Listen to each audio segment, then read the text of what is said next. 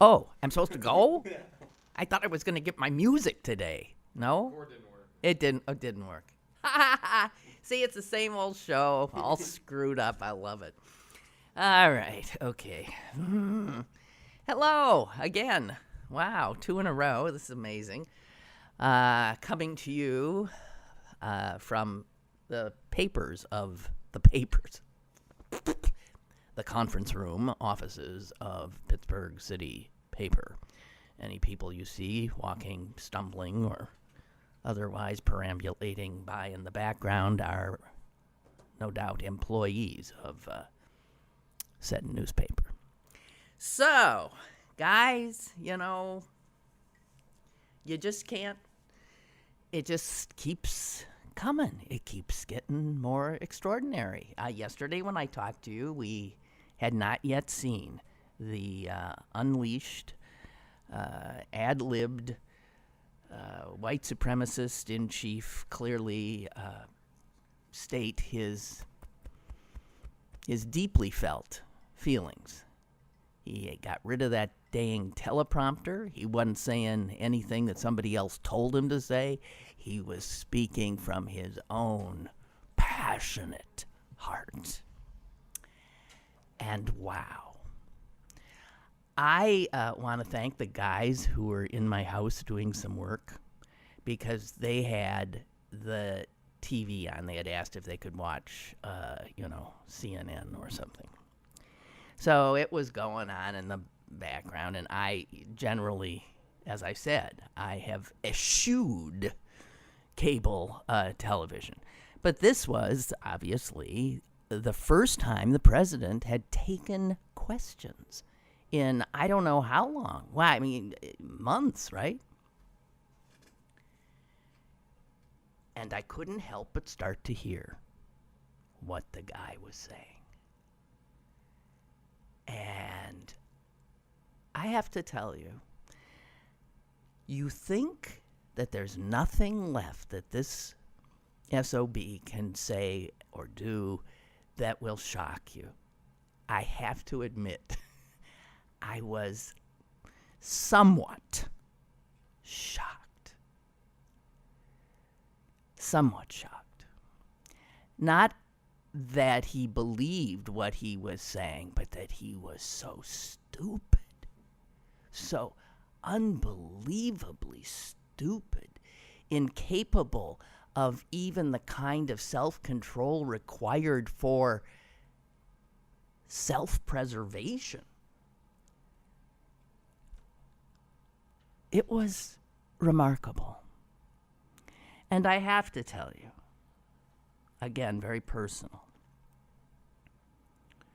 I grew up with parents for whom fighting Nazis was a very real thing. My mother and father married, and the very next day my father went off to war.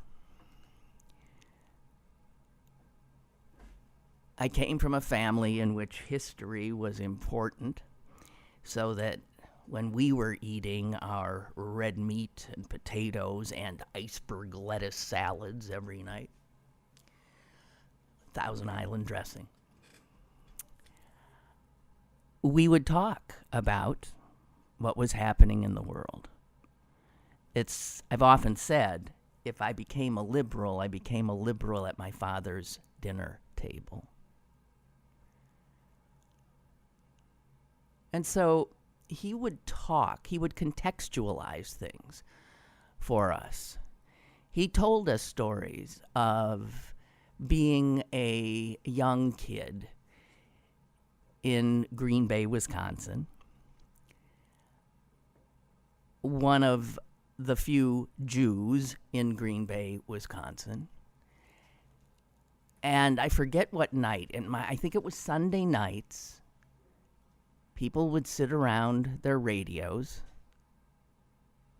There wasn't any television. And there were just a few networks, right? I believe 3 at the time. And so anyone who had a show had a national audience, had the ears of millions. And he told me about one of the more popular shows of the time and how he would listen to it with his family. Listen to it in terror. Did you know that there was a priest? His name was Father Coughlin. And Father Coughlin broadcast out of a studio in Detroit, Michigan. I forget the name of the show. You can look it up. He was a fascist, and he was an anti-Semite. And his shows were full of beware the Jew. The United States of America. Land of the free, home of the brave. And my father, a young kid, who already knew as a Jew he was the other, he would sit in his living room with his mom and dad, and they would listen to what their neighbors were listening to what millions of Americans were listening to. Father Coughlin loved Adolf Hitler. This is before the United States entered the war against Adolf Hitler. But there was a receptive audience in these United States of America for what Father Coughlin was peddling. And it was hate. And it was scapegoating. And it was the usual suspects. But Jews were the biggies. Jews were the ones that were taking down the world. And so, the United States, Charlottesville, 2017. My father's dead. Most of the people in his generation that went off to fight the Nazi scourge are dead. We call them the greatest generation, right? Because of their extraordinary bravery. If they had not succeeded, if the Nazis had in fact won, well, clearly I would not be here. Maybe a lot of you would not be here either, and these would not be a United States of America that we recognize.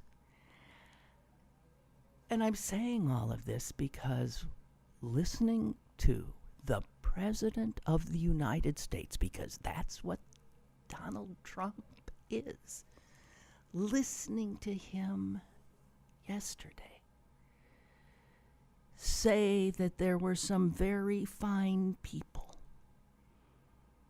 in that group. Very fine people who were simply protesting, which is their right as Americans. Very fine people protesting and saying the major chant that I was aware of from that night, tiki torch lit rally, was Jews will not replace us. I don't even know. When I heard it, I thought, what the hell does that mean? Jews will not replace us. What does that mean? I don't know what it means. I still don't know what it means. But it was clear that this was a Nazi rally. You had the symbols, you had the torches, you had the Jews. But here was our president telling us that amidst those anti-Semites and Nazis, there were some very fine people.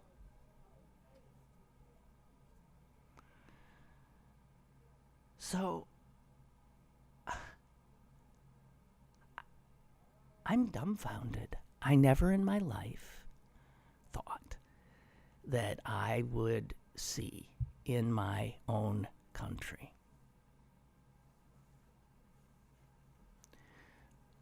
What Germans saw in their country in the 1930s, because they saw torchlit parades.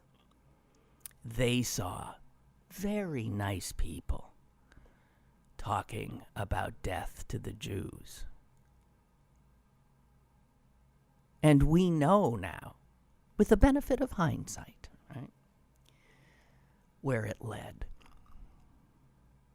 What, 50, 60 million people in the world? Dead, obliterated. My people, the Jews of Europe, almost wiped out. Women, children, mostly.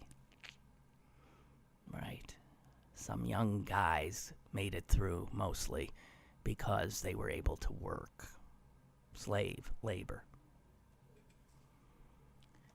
I'm really up on the Holocaust now because, as I told you, I was at Yad Vashem in Jerusalem about a month ago.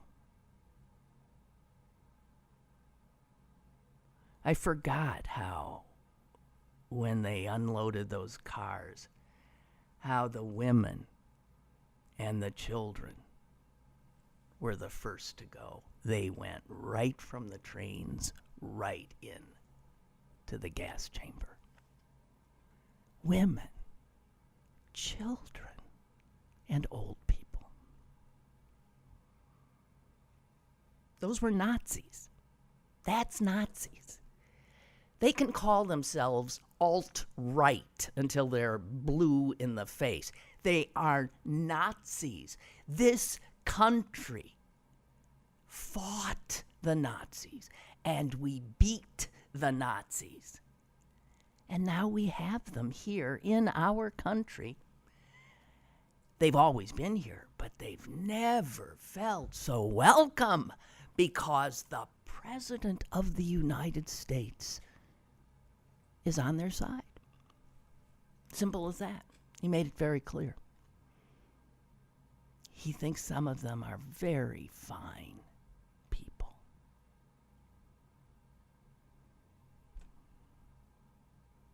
The Washington Post editorialized with a headline that said, "The nation can only weep." But here's what I find most troubling today. Nothing's changed. This was not a watershed event. If it was, you tell me, show me the Republican leadership that are now finally denouncing this president. Not his words, denouncing this president. Show me. They're hanging with him. And worse than they are the two Jews who stood next to the president when he did his full-throated support of these hateful haters in Charlottesville. To his right were two Jewish men. Gary Cohn. I don't even know what the hell is his position in the White House. He's angling for head of the Fed. Push Yellen out and get him in. He was the president, was he not, of Goldman Sachs, I believe. There's Mr. Cohn. He's the top economic advisor because Trump, the anti-Semite, falls for the anti-Semite trope that Jews are best with money. So when he wants a financial advisor, you damn well betcha he goes and gets himself a Jew. The other Jew standing next to him was the head of the Treasury. That would require a Jew, too, in an anti-Semite's head. Because those Jews are really good with money.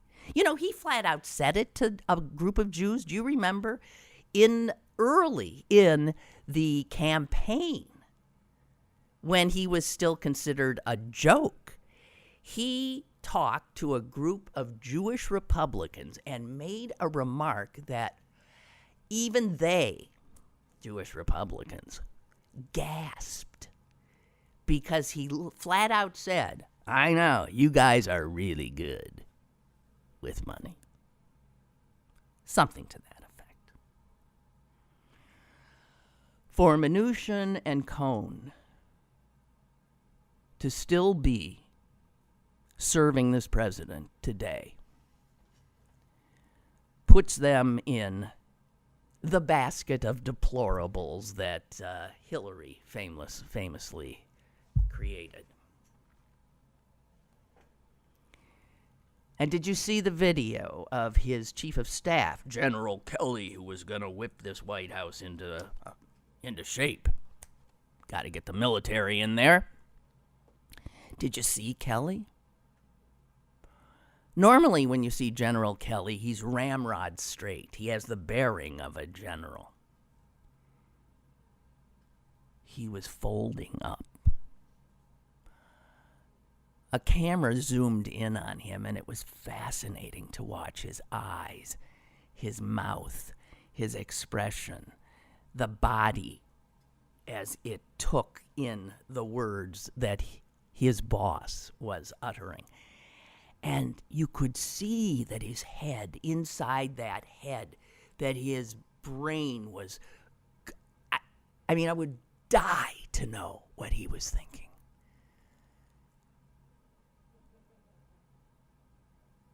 He was clearly disgusted. But you have to bet he was making all kinds of sort of... He was negotiating with himself.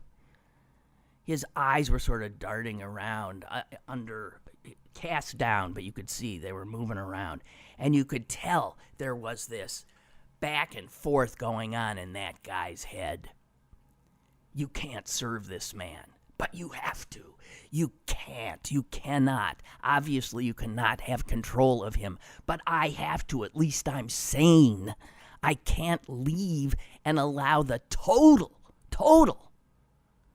crazies to take over. That could be the only possible reason that he's still there today. Or else he's a fascist, too.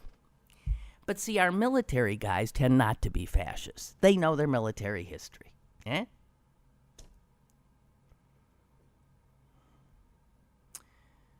So, a lot of people pointed out that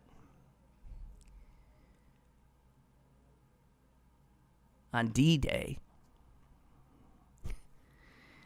that those troops, those brave young Americans storming into the barrage of bullets, fighting the Nazis, that to Trump, I guess, they were what?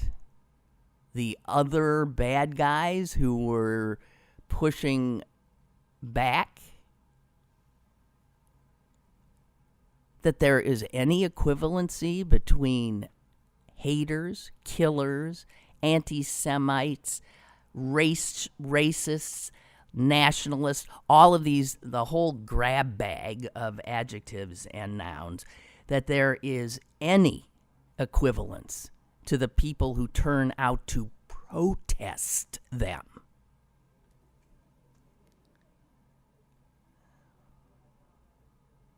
The nation can only weep. The only good news, I guess, is that the creeps who were going to stage these marches against Google in, I believe, 6 cities in the country, including Pittsburgh, this weekend have called them off. And this is just classic right-wing, again, tactics. they called it off because of the violence of the alt-left and because they feared that they might be attacked by the violent people turning out to counter-protest them. Okay, when's the first time you heard the term alt-left? I'd never heard it before. Yesterday. Out of our president's mouth.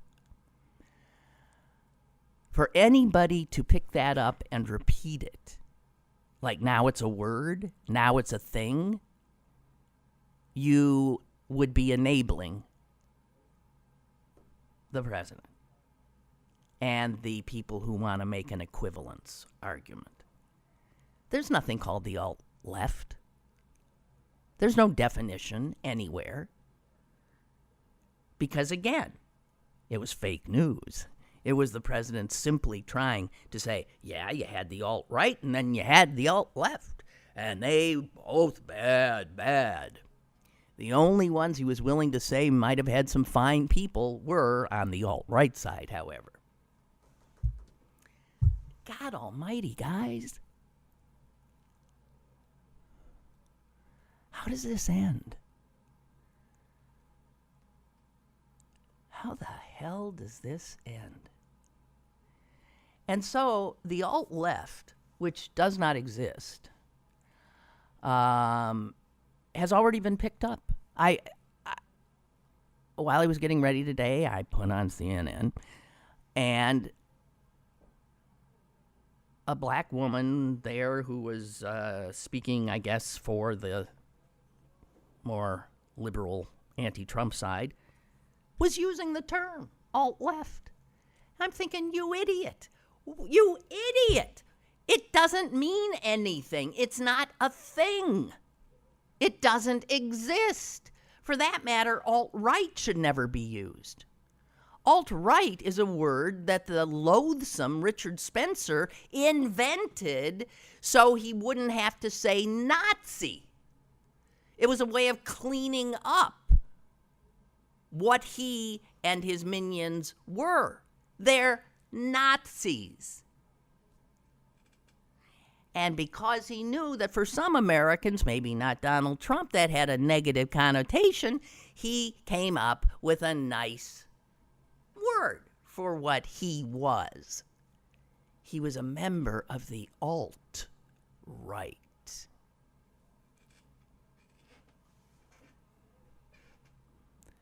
News organizations should not use the term. They never should have, and I remember arguing that when it became a word that you can't let them. You can't let them. They're very good at that, manipulating language. It's something Democrats and progressives are so bad at, it's remarkable. You can't let them. Alt-right is a way of diminishing the threat they pose.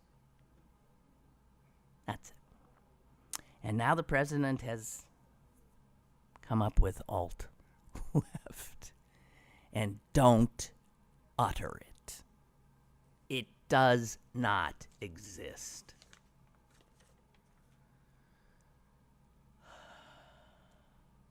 So yeah, these jerks who are going to march on the former Nabisco plant in my neighborhood on Saturday have called it off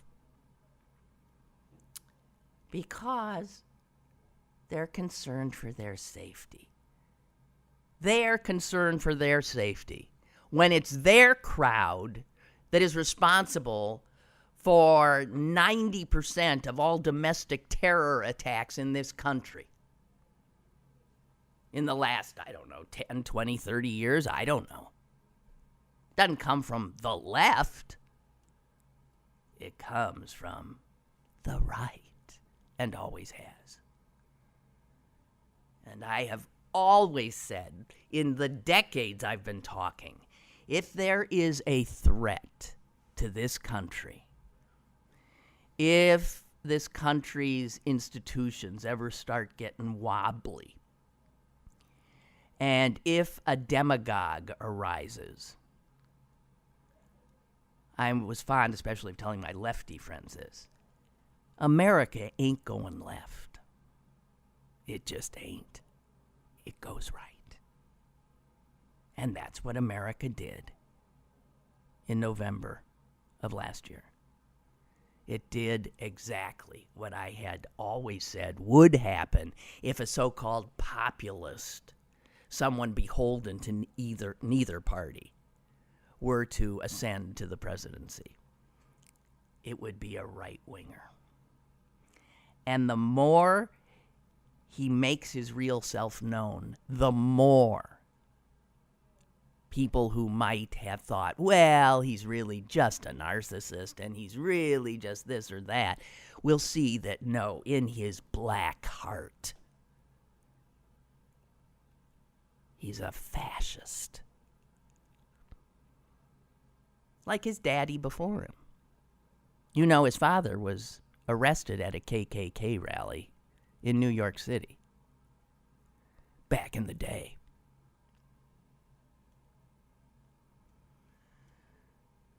So here is what the organizers, who have now called off the rally in Pittsburgh on Saturday, say. Credible threats from known alt-left terrorist groups have been reported.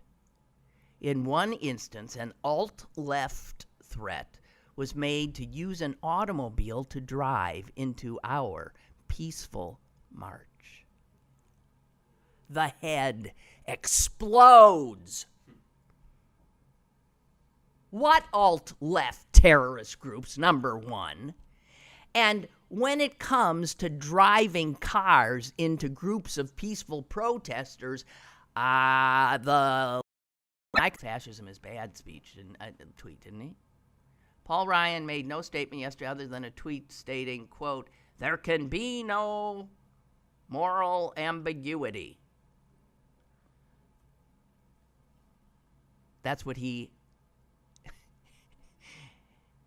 I mean, speaking of ambiguity, I believe the tweet is ambiguous, right? What does he mean? There can be no moral ambiguity. He doesn't spell it out. He doesn't spell out what he's referring to. He doesn't suggest that the president was doing this thing. He mentions not one word about Trump. So Paul Ryan, the Speaker of our House of Representatives, third in line to the presidency of the United States, the spineless, coward enabler of these fascists, does not denounce Trump or clearly denounce what he said. So Chuck writes, he's just as guilty as Trump. I agree. Every Republican is. History will. I tweeted yesterday, you Republicans, you missed your chance. It's too late now. It's just damn too late. None of you will be seen as heroic for coming out anytime from now on. None of you.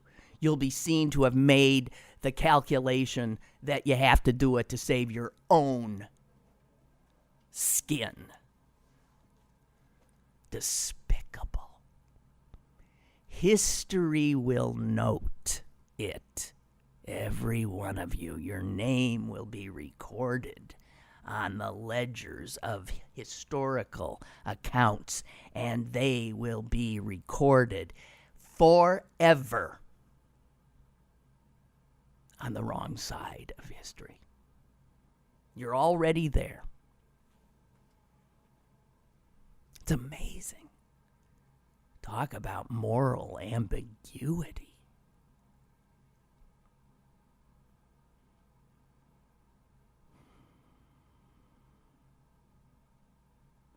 So apparently Paul Ryan is holding his first town hall in nearly 2 years. He's such a brave man.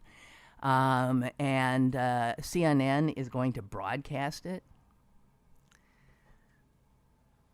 Well, but see, CNN broadcasting it is just setting it up to be, I hate the way media work in this country. I've got something I want you to watch if you can. Speaking of that, there is a brilliant hour of television. And it is a series. I've only seen 2 episodes. It's a series, but an individually every hour stands totally alone. Different cast, different idea. It's called Black Mirror. And guys, check it out on demand. Black Mirror. You want season 1, episode 1. You want the pilot because it is the most brilliant depiction of what we have come to because of our media, technology, social media, and how it commingles with our governance, of how we can be manipulated so easily, and how by manipulating people, well, there's where the power is. It is brilliant. I'm begging you. I've watched it 3 times. I never do that. I've watched it 3 times. That 1 hour, I watched it again last night because after Trump's speech, I just felt like I had to remind myself of how CNN and the White House and government and humanity and social media, how it all works and why we are in deep trouble. Black Mirror, Season 1, Episode 1.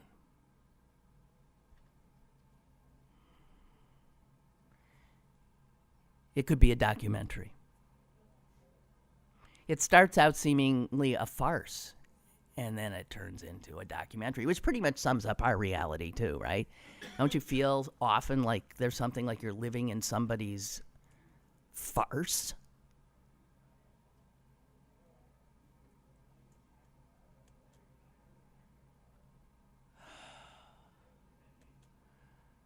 I'm taking a little more time getting to your emails because you can't call, and I'm so sorry about that. That will be corrected at some point.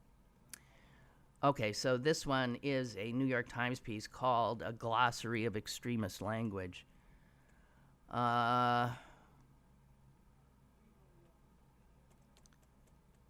Alt-left, he says, and well, I because I haven't read it, I really can't. I can't do this to you now. But I will read it later. Alt-left is a word that did not exist, unless this tells me otherwise. And I believe me, with all the reading I do, I would have heard it. It was a matter of time, of course, for the alt-right. The alt-right they define as a racist far-right movement based on the ideology of white nationalism and anti-Semitism. Many news organizations do not use the term, and those are the good ones, preferring terms like white nationalism and far right. I don't think far right says it. Far right is now what I guess used to be moderate Republicans. I mean, people who are now referred to as moderate Republicans are what far right in my head used to be. The alt-right, so-called, has gone all the way to the end of the spectrum. They're fascists, and reporters simply won't acknowledge it. Alt-left, they say. Researchers who study extremist groups in the United States say there is no such thing. So there we have it. There is no such thing.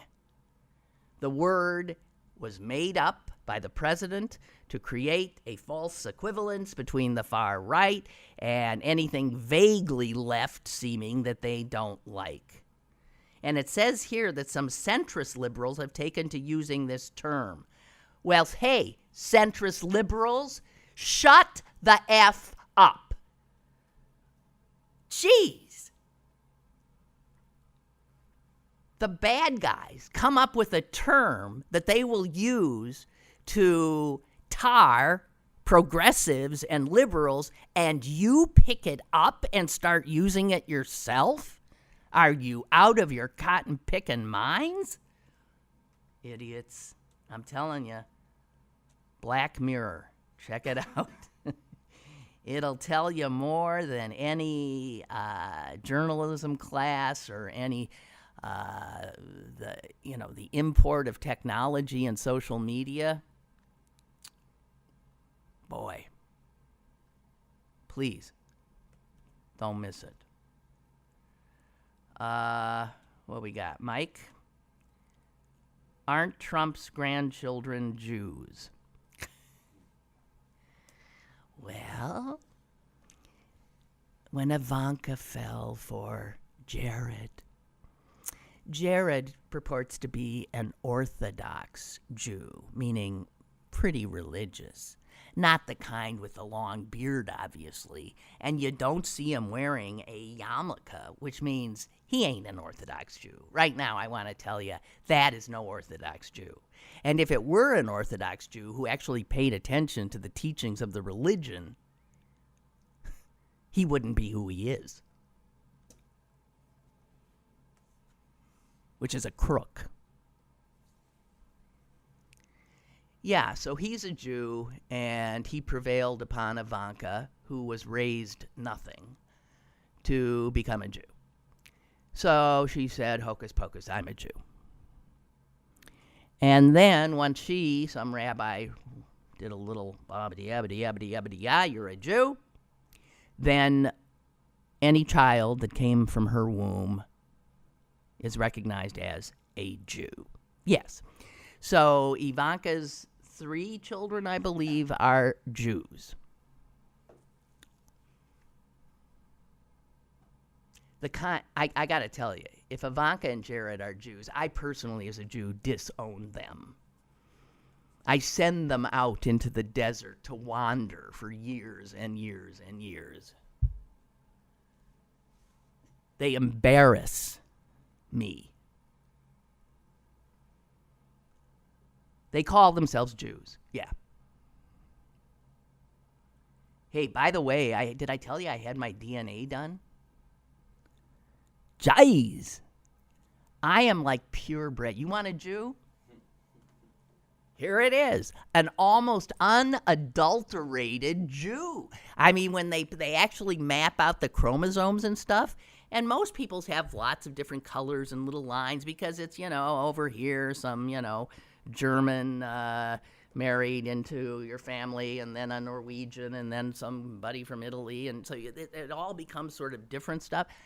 My chromosomal picture is this monochromatic blah, blah, blah. So when the Jews were thrown out of Israel and began their wanderings, and mostly ended up in Eastern Europe and ghettoized there, it makes sense that I'd be so purebred because Jews were simply not allowed to mix. So, but I just sort of thought, but there were these pogroms, and the Cossacks came, barreling through town, and they raped all the women, and blah, blah, blah. I don't know. They didn't rape my great-great-great-great-great-great-grandmother. Not much. This DNA goes back thousands of years. I'm 96%. One thing. Jew. Most of you will not be 96% anything. I promise you. Because most of us are real mutts. Turns out I could probably get papers from the AKC. American Kennel Club? Yeah, I think that's what it is, AKC. I'm almost as purebred as you're going to get. So this is the threat. You're looking at it. The Jew.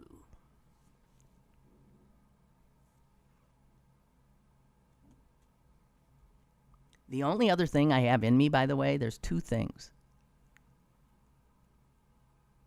Some Norwegian got into the picture somewhere. Or a Swede. Swede? Somebody from, some Nordic. And then a tribe from Siberia called the... Why am I blanking on it? Starts with a K. Kurtik? Or Q-Tick? I don't know. I'm blanking. I never heard of them, but I got some of that. It's fascinating.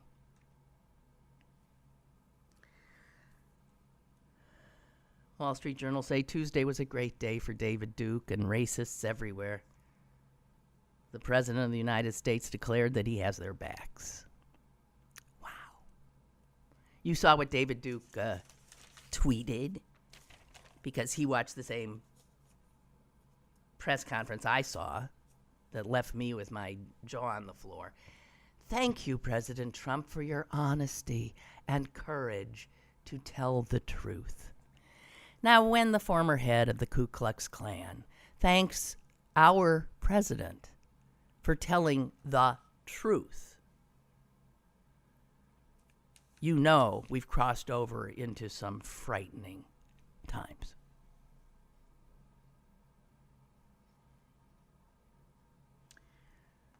So,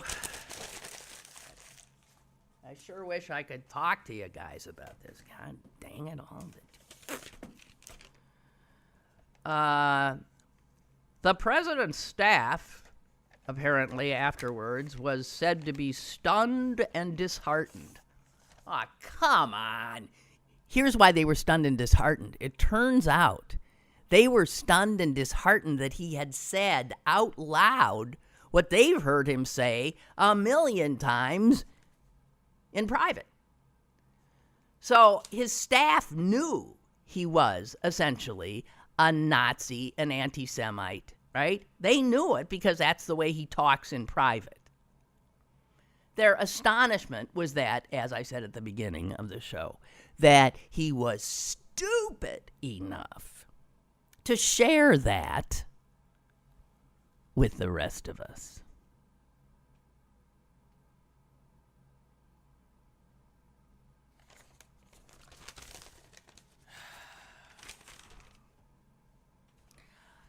Alex Jones, another friend of the president's, been on his show. He praised him to the skies, what a great show he had, and he promised Alex Jones on his show that he was going to be the best president. He was going to, wait till you see what I'm going to do, he told Alex Jones. Here's what Alex Jones said yesterday. He played down the violence. He said it was likely staged by Jews posing as Nazis. Okay, so now the Nazis are really Jews. So if you don't like those Nazis, it's the Jews. Those Jews, they're so cunning that they do this to make the Nazis look bad. Then it was Jews posing as Nazis, he said, which is evident by their curly hair and, you know, their dark eyes.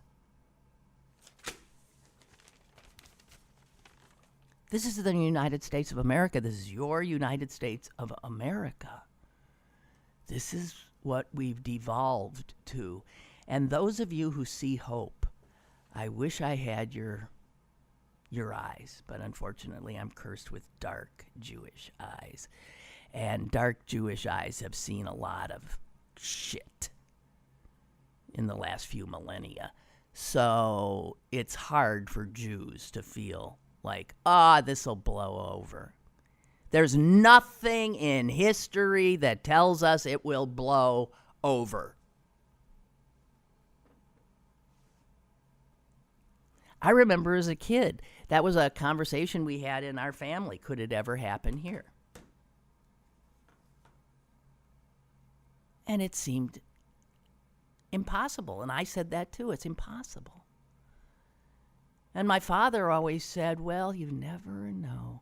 He said, there is no doubt that the United States of America is the greatest nation ever for us Jews. It allowed us in, begrudgingly. It allowed us in. It allowed us to assimilate. It allowed us to rise. But see, that's where the trouble then starts. As soon as we Jews are let in and allowed into the right universities, and then we begin to succeed, our heads are sticking up over the crowd. And then the anti-Semites start pointing. You see, it's Jews. They're running. They're overrepresented. Look at them all in the banking. Look at them in Hollywood. Look at them. The Jews.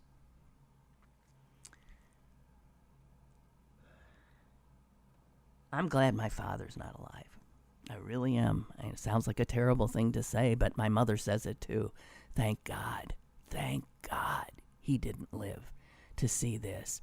I feel that way about all these guys who put their lives on the line to stop the Nazis. All of those beautiful young men dead, maimed, traumatized, dying to prevent the very people the President of the United States now excuses and calls some very fine people. The head spins.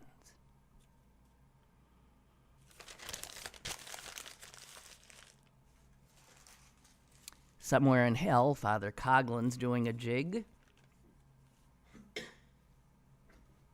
Wow.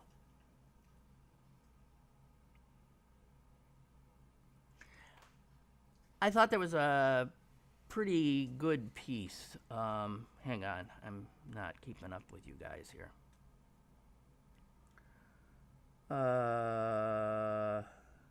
Henri?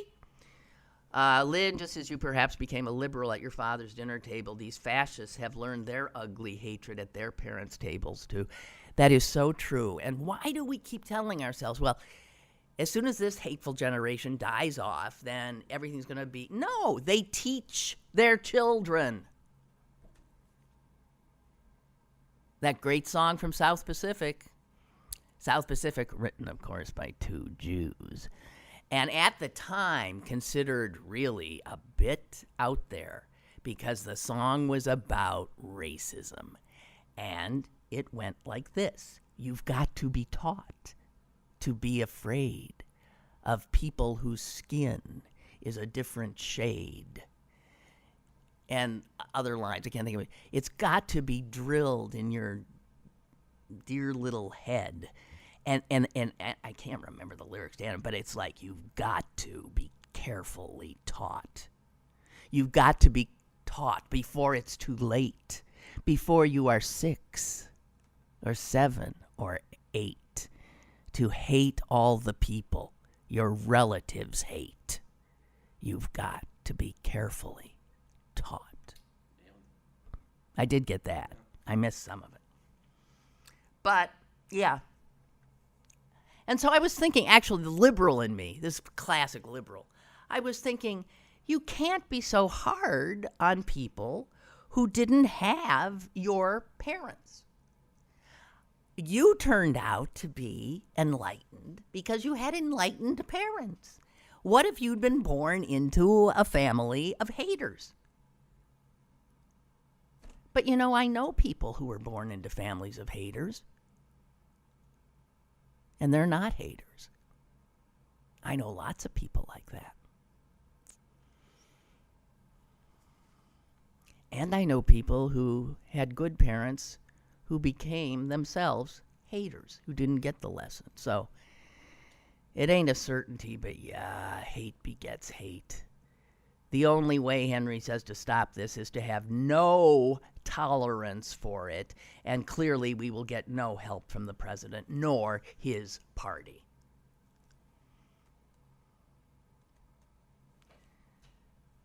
Beth writes, good to hear you back on the air. I believe the Bannon branding agents realize Trump cannot come out and criticize Black Lives Matter. Alt-left is the term they've come up with to point out Black Lives Matter. So you think that alt-left essentially just means Black Lives Matter. You're probably right. Well, it means them, and it means the guys I'd like to personally kick into, oblivion. And that would be the, bandana-wearing anarchist crowd who always muck things up, and then they get associated with the left. Believe me, the left's got some loons, some serious loons. But there is no such thing as alt-left. But I think you got it here, Beth. So he comes up with alt-left because he doesn't want to be... Why? He doesn't want to be seen as saying bad things about Black Lives Matter. It doesn't stop anybody around him from it. So she goes on to say, they're just waiting for the temperature to rise on this hatred pressure cooker. And God forbid it is someone of color who does the next violent act. Yeah, exactly. This is my fear. It's always the fear, right? Some enraged person on our side, delusional, will play right into their hands, right? It's my greatest fear. It's what they want. And if someone does that, then, Beth says, this administration and the Department of Justice can brand Black Lives Matter a domestic terror group.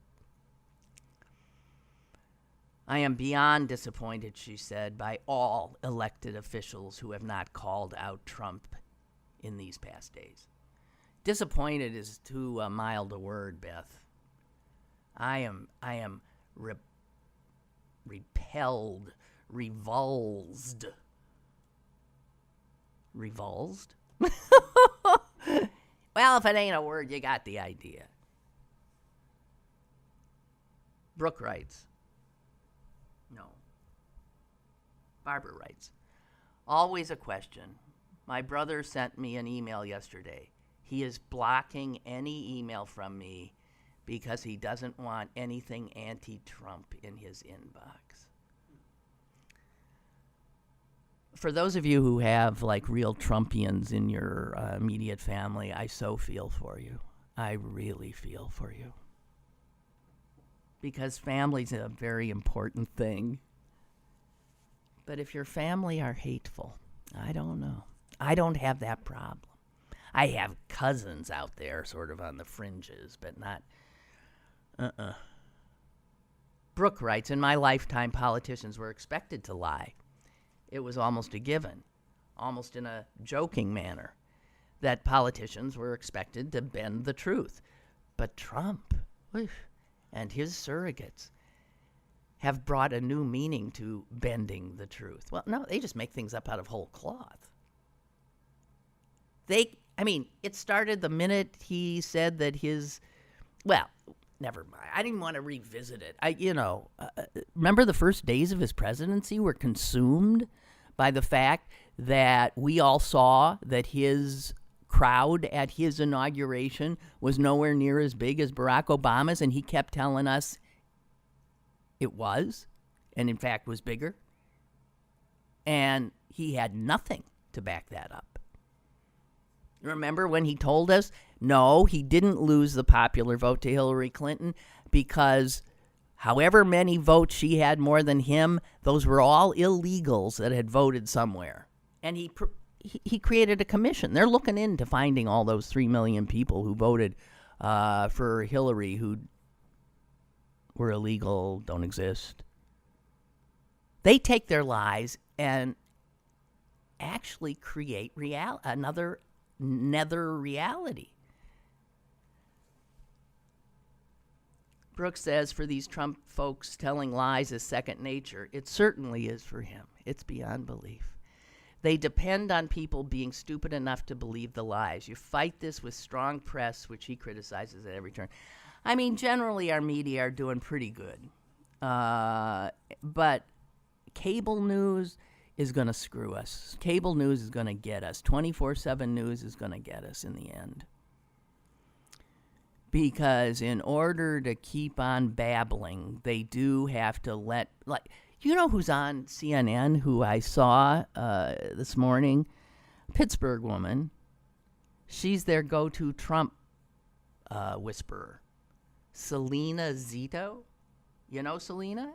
She used to work for the Tribune Review. She's a Richard Mellon Scaife woman. Selena is known for writing all those articles about explaining Trump voters, like the Trump people in Western Pennsylvania, to the rest of us. Selena is an apologist for the racists. And she stammers her way. She ain't up to she is not up to the task, I will tell you that. She usually is broadcast from, I think, is it Channel 11 that she goes to and they hook her up into CNN? I'm not sure. But when you see her, generally she's in Pittsburgh. She also writes a column for Murdoch's New York Post. She's not someone I'm pleased with, generally. And today, because she really was stumbling around trying somehow to give cover to somebody on the right, the CNN anchor actually saved her and said, Selena, I don't want to put words in your mouth, but didn't you mean... And then he put words in her mouth and cleaned up what she had tried to say, and she said, thank you. Thank you. Yeah. Selena Zito, one of our own, and a Trump whisperer, because she explains all these people that we don't understand. Okay, I think... I'm sorry, this computer is slow, so I'm trying to get you all in. I don't know what we can do about the phones. That's not going to happen, huh? Not today. God. Not the day after tomorrow? Not the day after tomorrow? I got two wonderful young men here sitting here, and they're looking at me like, What? It's not our fault. It's not your fault. Well, it ain't my fault either. All right, guys. I think we're done. We're actually over time. Because, this is hard for me to just sit here and babble to myself and by myself. I need to hear from you. So we'll try to get that going. And anyway, we'll find ourselves in a real studio in a matter of weeks. Again, nothing is certain, but we will, I assure you. And wait till you hear whose studio it is. You're gonna plots. It's a good Jewish word. All right, you. Again, pedigree, Jew. Yeah. Be careful of me. I'll talk to you tomorrow.